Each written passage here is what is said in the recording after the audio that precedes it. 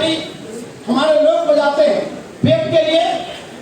आप गरीब का नेता हैं तो बैंड पार्टी पर हो रहे शोषण पर भी प्रतिबंध बिहार में लगना चाहिए। दूसरा बात, हमारा आरक्षण आप बढ़ाए। आपको पता है ना, आपका आरक्षण का परिधि कौन बढ़ाया? आप जान जाइए, आपके आरक्षण का परिधि बढ़ाने वाले इसी मंच पर बैठे हैं तेजस्वी यादव। पहले जाति जनगणना हुआ तो लोग गांव में जाके क्या करता है, हमारे टोला में जाके कहता है क्या मिल रहा कि मिल रहा, जाति जनगणना से की मिल रहा। तो क्या मिला माता बहनों भाइयों, मैं आपको बता देता हूं, तेजस्वी यादव जी जब तक जाति जनगणना बिहार में नहीं हुआ था, जाति जनगणना भी हम लोग इसी मन से किए थे कि बिहार सरकार जाति जनगणना अपने खर्च से करे और ईद आप तेजस्वी जी आए तो इन्होंने जाति जनगणना करा। उससे फायदा क्या हुआ? फायदा आपको यही हो माता बहनों, 100 के बहाली बिहार में होता था तो पहले आपको 16 को मिलता था। जब तेजस्वी यादव जाति जनगणना करा दिए तो दलित भाइयों आपको 20 मिल रहा है, 20 को मिल रहा है, ये फायदा आपको होगा।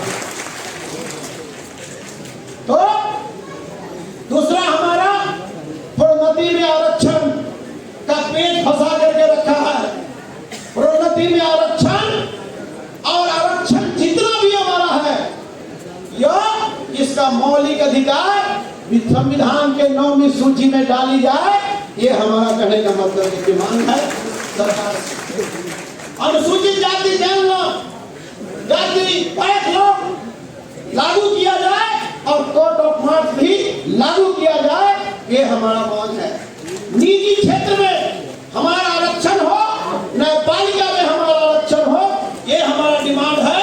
और एससी एसटी के आरक्षण का सीमा जो 20% हमारा है, इसको 30% बढ़ाई जाए, ये हमारा कम से कम मांग है कि 130 को दलित का बेटा कम से कम नौकरी में जाएगा, ये काम कहने का मतलब। और संत रविदास जी की आदमकद प्रतिमा लगाने हेतु सरकार पटना में जमीन उपलब्ध कराने का काम करे। और सबसे बड़ा सवाल है कि देश आजादी के बाद, देश आजादी के समय हमारा जो है, जब मिलिट्री के जवान जब इधर उधर हो गए, जब शहीद हो गए, तो आनंद फानंद में चमार रेजिमेंट का निर्माण इस देश में किया गया। और जब देश आजाद हो गया तो सारा रेजिमेंट है, गोरखा रेजिमेंट है, रजवाड़ा के रेजिमेंट है, सब रेजिमेंट है, और चमार रेजिमेंट को खत्म कर दिया गया। तो पुनः इस देश में चमार रेजिमेंट हमारा बहाल हो, ये हमारा है। इन्हीं शब्दों के साथ हम आपका क्रांतिकारी अभिनंदन करते हैं, स्वागत करते हैं और लास्ट में कहते हैं कि संविधान बचाना है। इसलिए आप तमाम लोगों से हम एक नारा जो हमारा है, आप नारा हर जगह, तेजस्वी बाबू भी हमको कहते हैं कि नारा आप लगा देते हैं, ये जरूर होना चाहिए, इसी से लोगों को ताकि मिलेगा।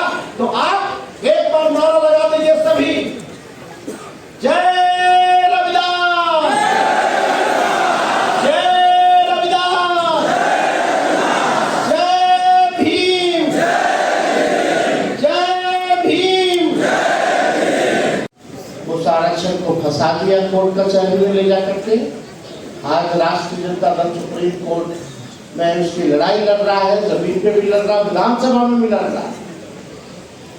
जो आप लोगों का बड़ा था आरक्षण, नौकरी में, एडमिशन में, हर जगह आपके समाज के लोगों को फायदा होता, उसको बीजेपी ने फंसा करके रख दिया। और हम लोग उसी टाइम मांग थी जब आरक्षण बढ़ाया था केंद्र सरकार से, इसको 9वीं अनुसूची में डालो जैसे तमिलनाडु का आरक्षण है, लेकिन केंद्र सरकार ने नहीं किया और 9-10 महीना बाद आकर के कोर्ट कचहरी में इसको फंसा दिया।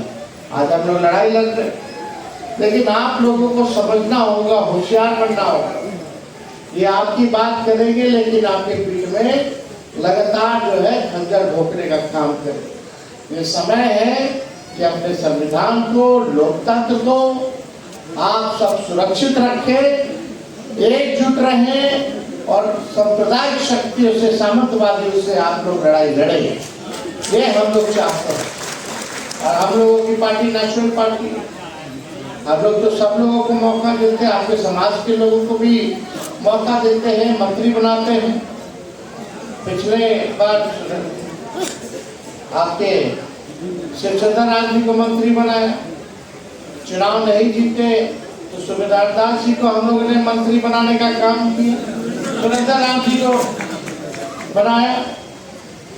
तो आप सब लोग जानते हैं कि हम लोग तो हमेशा हर जगह जहाँ हो वहाँ हम लोग मौका देने में चूकते नहीं। आपके समाज को आगे बढ़ाने का जो रास्ता हो उस रास्ता को हम लोग अपनाने का काम करते हैं, और आप लोगों का भी हमेशा हम लोगों को समर्थन और आशीर्वाद जो है मिलता रहता है।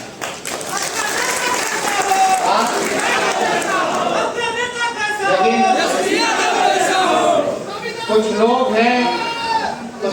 हैं जन्म के आधार पर, कोई अगर अपने आप को श्रेष्ठ समझेगा, बुद्धिमान समझेगा, जन्म के आधार पर, तो हम ऐसा कहना चाहते हैं कि ऐसे लोगों का आप लोग बहिष्कार करने का काम करें। इस समाज में सब लोग बराबरी का है, सबको बराबर है। यही बाबा साहब ने संविधान में दिया कि हर इंसान बराबर है। जात पात में भेदभाव करने वाले लोगों का बहिष्कार होना चाहिए। समाज में जो लोग भेदभाव करते हैं उनका बहिष्कार होना चाहिए। बताइए, कोई जन्म के नाम पर कोई बुद्धिमान श्रेष्ठ कैसे हो सकता है? रविदास जी से कोई बड़ा श्रेष्ठ व्यक्ति था क्या? क्या सोच रखता कि आज जमाने में संगीत है कि नहीं है? आज के जमाने में प्रासंगिक। कार्ल मार्क्स जो थे, पहले समतामूलक समाज की कल्पना संत रविदास जी से करी थी उन्होंने। उससे पहले से ना संत रविदास जी जो है वो सब चीज जो है कल्पना किया करते थे, कार्ल मार्क्स से पहले भी। अगर आप देखें तो संत रविदास जी ने क्या सपना देखा था? बेगमपुरा का सपना देखा था। बेगमपुरा की बात करी थी, यानी ऐसा समझ जाइए जहां कहीं दुख ना हो, बेगम हो सब, जहां दुख ना हो, जहां गम ना हो, उसकी कल्पना संत रविदास जी ने करने का काम किया। तो हम लोग भी चाहते हैं बेगमपुरा की, जहां हमारे बिहार में कोई गम ना हो, किसी के दुख ना हो, ऐसा प्रदेश हम लोग बनाना चाहते हैं जहां भाई भाई बन करके हम लोग रहने का काम करें, जो राष्ट्र तरक्की करे, विकसित करे, ऐसी कल्पना जो है हम लोग देखना चाहते हैं। शिवचंद्र राम जी बोल रहे थे कि भाई जातीय आधारित करना हुआ तो काम मिल लो। लोग इनसे पूछते काम मिल लो। अरे जब जातीय आधारित करना हुआ तो तय हुआ, जो भूमिहीन है, जिसको परिवार में कोई नौकरी नहीं है, 94 लाख ऐसा परिवार है जिसका 6000 से नीचे का आय है, वो 6000 में क्या करेगा? उसके लिए हम लोग योजना ला रहे थे। जो परिवार में नौकरी नहीं है उसको 2 लाख रुपया का सहायता हम लोग करेंगे। जिसको भूमि नहीं है, जमीन नहीं है, उसको 1 लाख रुपया दिया जाएगा। जिसका पक्का मकान नहीं है उसको पक्का मकान बनाने के लिए 1,20,000 रुपया दिया जाएगा। अब बीजेपी आ गई। अब बीजेपी का लोग चाहेगा कि जो शोषित समाज है, जो वंचित समाज है, उसको लाभ मिले। कौन लोग हैं कचरा ढोने वाले? कौन लोग हैं मजदूरी करने वाले? कौन लोग हैं टेम्पो ठेला चलाने वाले? कौन है आखिर ये लोग जो भीख मांगने वाले लोग हैं, जिनका भूमि नहीं है, घर नहीं है? आज अगर हम लोग अभी तक रह गए होते तो आज इन लोगों को पैसा मिलना शुरू हो जाता, आर्थिक न्याय शुरू हो जाता ताकि अपना जमीन ले लें। अपना घर चला सके, अपना पक्का मकान बना सके। खैर बीजेपी को तो हम कहते जैसे आदमखोर लोग होता है, आदमखोर का मतलब समझते हैं ना। बीजेपी जो है आरक्षण खोर है और आरक्षण चोर है।